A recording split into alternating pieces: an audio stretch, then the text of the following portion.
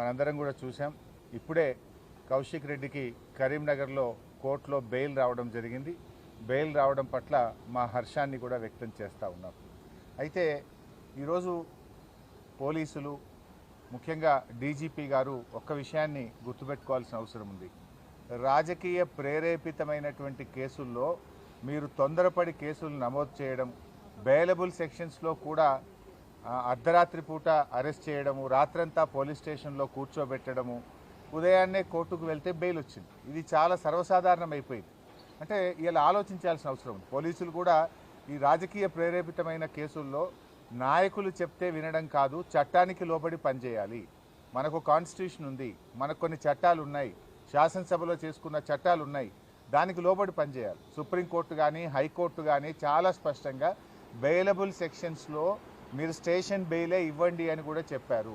మీరు బెయిలబుల్ సెక్షన్స్లో కావాలని అంత పండగ పూట ఆ రాత్రి పూట ఏదో పెద్ద డెకాయిట్నో ఒక టెర్రరిస్ట్ను అరెస్ట్ చేసినట్టు 30-35 మంది పోలీసులు కౌశిక్ రెడ్డి మీద పడి అరెస్ట్ చేయడము, ఆయనను తీసుకువెళ్ళి కరీంనగర్ పోలీస్ స్టేషన్లో రాత్రంతా దోమలు కుడతా ఉంటే మీరు పోలీస్ స్టేషన్లో కూర్చోబెట్టారు. ఏం అవసరం ఉంటే రాత్రంతా కూర్చోబెట్టాల్సింది?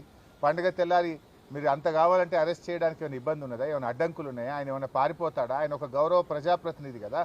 అంటే ఇప్పటికైనా పోలీసులకు, నేను డీజీపీని కోరుతా ఉన్నా, మీరు పోలీసులకు ఒక డైరెక్షన్ ఇవ్వండి. ఈ పొలిటికల్ మోటివ్ కేసుల్లో ఇలా ఎప్పుడు పడితే అప్పుడు అరెస్ట్ చేయడము, అర్ధరాత్రి పూట అరెస్ట్ చేయడము, పండగ పూట అరెస్ట్ చేయడము మానుకోవాలి. అండ్ బెయిలబుల్ అఫెన్సెస్ ఉన్నప్పుడు స్టేషన్ బెయిల్ ఇవ్వడం అనేటువంటిది సరి అయినటువంటిది. మీరు ఏం ప్రయత్నం చేస్తుండ్రు? రేవంత్ రెడ్డి గారి ప్రభుత్వం కౌశిక్ మీద అక్రమ కేసులు బనాయిస్తూ 28 కేసులు ఉన్నాయి, ఇతని రిమాండ్కి పంపాల్సిందే అని మాట్లాడుతున్నారు. ఎవరు పెట్టింది 28 కేసులు? రేవంత్ రెడ్డి ప్రభుత్వం రాకముందు కౌశిక్ రెడ్డి గారి మీద ఒక్క కేసు కూడా లేదు. ఈ కేసులన్నీ ఎప్పుడు పెట్టినారు? ప్రశ్నిస్తూ ఉన్నాడు కౌశిక్ రెడ్డి. ప్రజల పక్షాన, బీఆర్ఎస్ పార్టీ పక్షాన రేవంత్ రెడ్డి ప్రభుత్వాన్ని ప్రశ్నిస్తున్నాడు కనుక ఆయన మీద ఈరోజు మీరు అక్రమ కేసులు పెట్టారు. ఈ 28 కేసులు కూడా మీరు పెట్టినటువంటివే. నిన్న కూడా కరీంనగర్ కలెక్టర్ గారి ఆహ్వానం మేరకు ఆయన మీటింగ్కి వెళ్ళాడు. ఆయన ఏమి పిలువని పేరంటానికి పోలేదు, ఆయన మీటింగ్కి ఆహ్వానితుడు. ఆ మీటింగ్లో ఒక సభ్యుడిగా నువ్వు ఏ పార్టీ తరఫున మాట్లాడుతున్నావు అని అడిగాడు. ఇందులో తప్పేముందండి? ఒక కౌశిక్ రెడ్డే కాదు కదా, ఈ రాష్ట్ర ప్రజలందరూ కూడా అడుగుతూనే ఉంటారు. ఈ 10 మంది శాసనసభ్యులు పార్టీ మారిన ప్రతి ఒక్కరిని అడుగుతూనే ఉంటారు. ఇప్పుడు ఆ మీటింగ్లో సంజయ్ గారు నేను బీఆర్ఎస్ పార్టీ బట్టలిప్తా అని మాట్లాడితే డెఫినెట్గా అడుగుతాడు కదా, నువ్వు గెలిచిందే బీఆర్ఎస్ పార్టీ మీద, నువ్వు బీఆర్ఎస్ పార్టీ గుర్తు మీద, కారు గుర్తు మీద కేసీఆర్ గారు బొమ్మ పెట్టుకొని గెలిచి బీఆర్ఎస్ పార్టీ బట్టలిప్తా అన్నప్పుడు నువ్వు ఏ పార్టీ తరఫున మాట్లాడుతున్నావు అని కౌశిక్ రెడ్డి అడగడంలో తప్పేముంది? ఇది కౌశిక్ రెడ్డి ఒక్కడే కాదు, రాష్ట్రంలో ప్రజలందరూ అడుగుతూ ఉంటారు. నిజంగా డెఫినెట్గా కౌశిక్ రెడ్డి ప్రశ్నించడంలో తప్పు లేదు. అంత మాత్రాన ప్రశ్నిస్తే 3 కేసులు పెడతారా? ఒక సంఘటన మీద, ఒక ఇష్యూ మీద 3 డిఫరెంట్ ఫిర్యాదులు ఇచ్చి 3 కేసులు నమోదు చేయడంలోనే మీ ఆతృత కనబడతా ఉంది, మీ యొక్క కక్ష సాధింపు చర్యలు కనబడతా ఉన్నాయి. ఒకే కేసులో 3 ఎఫ్ఐఆర్లు పెట్టి ఆ రాత్రిపూట అరెస్ట్ చేసి రాత్రంతా పోలీస్ స్టేషన్లో పెట్టడంలోనే ఇది కేవలం రేవంత్ రెడ్డి గారి ప్రోద్బలంతో, రాజకీయ ప్రేరేపితంగా, కుట్రతో ఒక్కరోజైనా కౌశిక్ రెడ్డిని జైల్లో పెట్టాలనేటువంటి ఒక పగ, ప్రతీకారంతో జరిగినటువంటి అరెస్టే తప్ప ఇంకోటి కాదు. ఇవాళ న్యాయస్థానాల మీద మాకు నమ్మకం ఉంది. న్యాయస్థానం కౌశిక్ రెడ్డి గారికి ఈరోజు బెయిల్ ఇవ్వడం చాలా సంతోషం. సో ఐ అపీల్ డీజీపీ గారు, ఇటువంటి చర్యలు ఇప్పటికైనా అర్ధరాత్రి పూట, పండగ పూట పోలీసులను కూడా ఇబ్బంది పెడుతున్నారు మీరు. పాపం పోలీసులు కూడా పండగ పూట కూడా వాళ్ళకి టెన్షన్లు పెట్టి పోలీసులను కూడా నిద్ర లేకుండా చేసి పోలీస్ వ్యవస్థను, మీ కింది స్థాయి పోలీస్ అధికారులను, ఉద్యోగులను కూడా మీరు ఇబ్బంది పెడతా ఉన్నారు. అంటే ఇది కేవలం ముఖ్యమంత్రి గారు చెప్పిండ్రనో, ప్రభుత్వ పెద్దలు చెప్పిండ్రనో ఈ రకంగా అరెస్టులు చేయడాన్ని మేము తీవ్రంగా ఖండిస్తూ ఉన్నాం. ఇవాళ ఇంకోటి, సంజయ్ గారు కూడా మరి కౌశిక్ రెడ్డి గారి మీద నెట్టారు కదా, మరి ఎందుకు సంజయ్ గారి మీద కేసు నమోదు చేయరు? సుమోటో ఒక్క కౌశిక్ రెడ్డి గారి మీద ఎందుకు కేసు నమోదు చేస్తున్నారు అంటే స్పష్టంగా మీ పక్షపాత వైఖరి, ధోరణి అనేటువంటిది ఇలా స్పష్టంగా కనబడుతుంది. రేవంత్ రెడ్డి గారి ఏడాది పాలన పగ, ప్రతీకారంతోనే ముడిపడి ఉన్నది. ఇవాళ పోలీసులు చేయాల్సిన పని, రేవంత్ రెడ్డి గారు చేయాల్సిన పని, లా అండ్ ఆర్డర్ను ఈ రాష్ట్రంలో మీరు పని చేయించండి. అసలు పోలీసులు తమ పని తాము చేసుకోకుండా ప్రతిరోజు ఏదో ఒక నాయకుడి మీద, సోషల్ మీడియా యాక్టివిస్టుల మీద కేసులు పెట్టి అసలు లా అండ్ ఆర్డర్ గాలికి వదిలేసినారు. ఏం జరుగుతుంది? రాష్ట్రంలో 23% క్రైమ్ రేట్ పెరిగింది.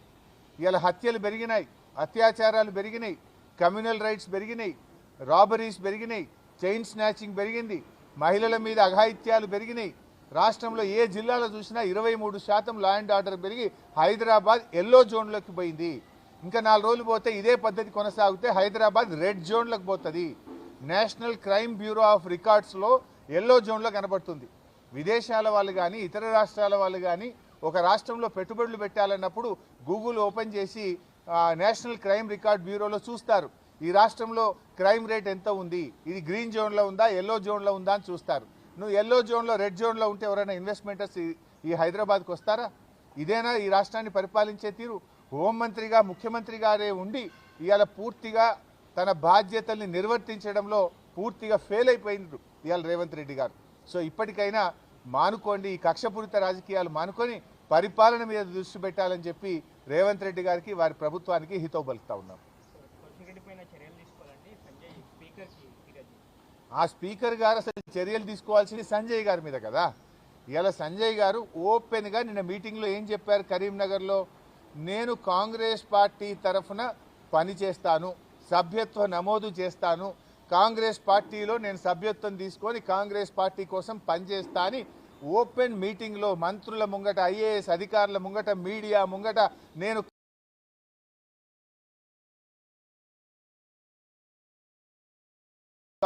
స్పీకర్ గారి దగ్గర మా యొక్క డిఫెక్షన్ పిటిషన్ సంవత్సరం నుంచి పెండింగ్లో ఉంది. తక్షణమే సంజయ్ని అనర్హుడిగా ప్రకటించాల్సిన బాధ్యత స్పీకర్ గారి మీద ఉంది.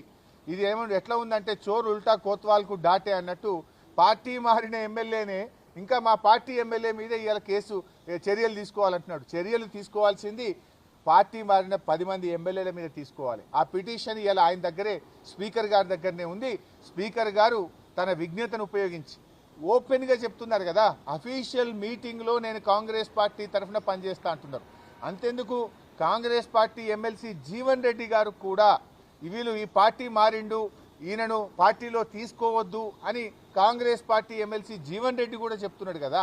సంజయ్ మీద చర్య తీసుకోవాలి, ఈ సంజయ్ పార్టీ మారిండు, ఇతను ఎట్లా తీసుకుంటారు, ఇతను హత్యా రాజకీయాలకు పాల్పడుతుండు అని కాంగ్రెస్ ఎమ్మెల్సీ జీవన్ రెడ్డి గారు కూడా చెప్తున్నారు. ఇంతకంటే స్పీకర్ గారికి ఆధారం ఏం కావాలి? అటు కాంగ్రెస్ ఎమ్మెల్సీ చెప్తున్నాడు, స్వయంగా పార్టీ మారిన సంజయ్ కూడా నేను కాంగ్రెస్ పార్టీ కోసం పనిచేస్తానని మాట్లాడుతుంటే ఇది open shut and mouth case. Speaker గారు తక్షణమే వీళ్ళను ఇలా అనర్హత వేటు వేయాలని చెప్పి డిమాండ్ చేస్తున్నాం. ఇన్ఫ్యాక్ట్ బీఆర్ఎస్ పార్టీ కూడా సుప్రీంకోర్టులో కూడా పిటిషన్ వేశాం. హైకోర్టులో అనర్హత పిటిషన్ పెండింగ్లో ఉండడం ఆలస్యంగా అవుతుంది కనుక సుప్రీంకోర్టులో సర్వోన్నత న్యాయస్థానంలో కూడా వేశాం. మాకు విశ్వాసం ఉంది, గతంలో సుప్రీంకోర్టు కొన్ని రాష్ట్రాల స్పీకర్లను 3 నెలల్లోగా అనర్హతపై నిర్ణయం తీసుకోవాలని డైరెక్షన్ ఇచ్చింది కనుక సుప్రీంకోర్టు నుంచి మాకు న్యాయం జరుగుతుందనే నమ్మకంతో మరి సుప్రీంకోర్టులో కూడా బీఆర్ఎస్ పార్టీ తరఫున కేసు వేయడం జరిగింది. త్వరలోనే సుప్రీంకోర్టు నుంచి కూడా ఆదేశాలు వస్తాయి, న్యాయం నిలబడుతుంది, అనర్హత వేటు వీరి మీద పడుతుందనే నమ్మకం మాకుంది. Thank you. కౌశిక్ రెడ్డి గారు ఏం మాట్లాడారు బ్రదర్? ప్రజల పక్షాన్ని అడిగాడు కదా. నేను బీఆర్ఎస్ పార్టీ బట్టలిప్తా అని డాక్టర్ సంజయ్ గారు మాట్లాడితే నువ్వు గెలిచిందే బీఆర్ఎస్ పార్టీ మీద, నువ్వు గెలిచిందే కారు గుర్తు మీద, నువ్వు గెలిచిందే కేసీఆర్ బొమ్మ పెట్టుకొని నువ్వు ఏ పార్టీ తరఫున మాట్లాడుతున్నావని కౌశిక్ రెడ్డి గారు అడిగారు. దానికి ఆయన సమాధానం చెప్పాలి కదా. ముందు రెచ్చగొట్టింది సంజయ్ గారు, బట్టలిప్పుతా అనే మాట ఆయన ఎట్లా మాట్లాడతాడు? నిజంగా నిజాయితీ ఉంటే నీకు రాజీనామా చేయి, ఎమ్మెల్యేగా రాజీనామా చేసి నువ్వు ఉప ఎన్నికల్లో కాంగ్రెస్ పార్టీ తరఫున గెలిచి అప్పుడు మాట్లాడితే దానికి ఒక శాంటిటీ ఉంటుంది. బీఆర్ఎస్ పార్టీ కారు గుర్తు మీద గెలిచి బీఆర్ఎస్ పార్టీనే మరి బట్టలిప్పుతా అని మాట్లాడినప్పుడు సహజంగానే మరి ఒక కార్యకర్తగా ఒక బీఆర్ఎస్ పార్టీ ఎమ్మెల్యేగా కౌశిక్ రెడ్డి ఆయనను ప్రశ్నించాడు. దాంట్లో తప్పేముందండి? Thank you.